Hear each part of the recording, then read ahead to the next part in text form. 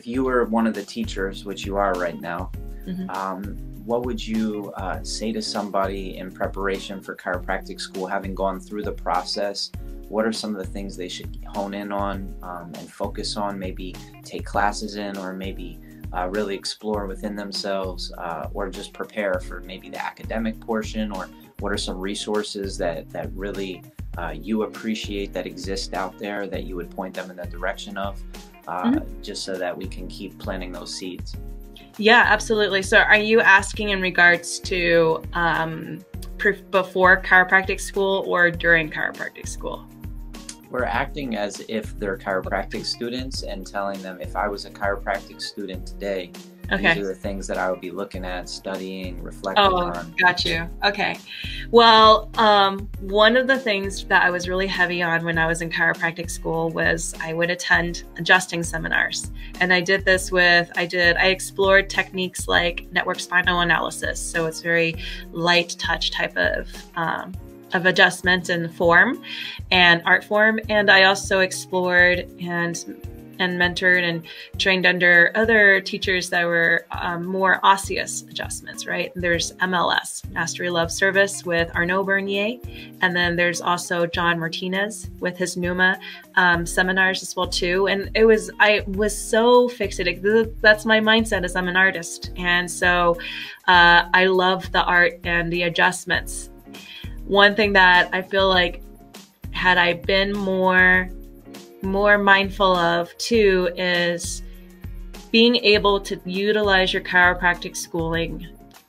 Outside of that too is to create a vision for what you want to have in your journey of what your practice actually looks like. Being able to have systems in place, being able to have that vision of how systematically things will run. I did not spend time doing this.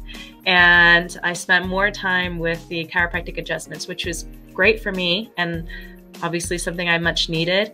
However, I really do wish I could go back and spend some time with exploring system type of practices or seminars, because then you get the business mindset behind it as well too. You start to ask yourself and allow yourself to go to seminars that have other chiropractors that have been in there. So one comes to mind in a sense that my friend spent a lot of his time in a training called Amped with Michael Visarelli and his team. And what I really admired about my friend was he, from the get-go, had a vision for how he wanted to practice. And he intentionally picked his experiences from screenings or even his internship or clinical hours to be specific to practicing specific skills as if he's going into practice.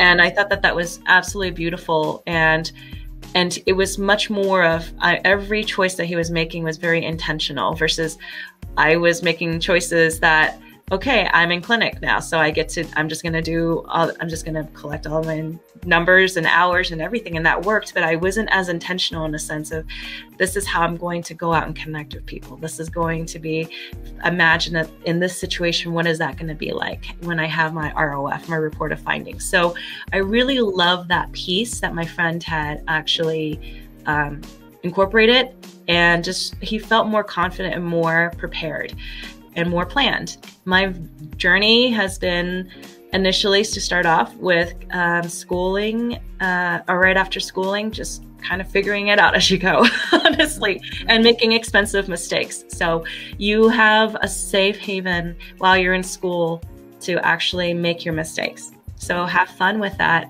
and explore that intentionally. So you can be intentional with your mistakes, meaning looking to the guidance of certain practice groups perhaps. And it doesn't mean that you go straight in and you're all in, right? You can evolve and change, but they at least give you a framework and they give you some ideas of what to really truly consider in the midst of actually being a practitioner, running a business, because there's many different hats. And yeah, so have fun though. Like I traveled to different countries for service, and I also did a lot of artful trainings and a lot of self-exploration, but I really wish I had spent more time in the business aspect.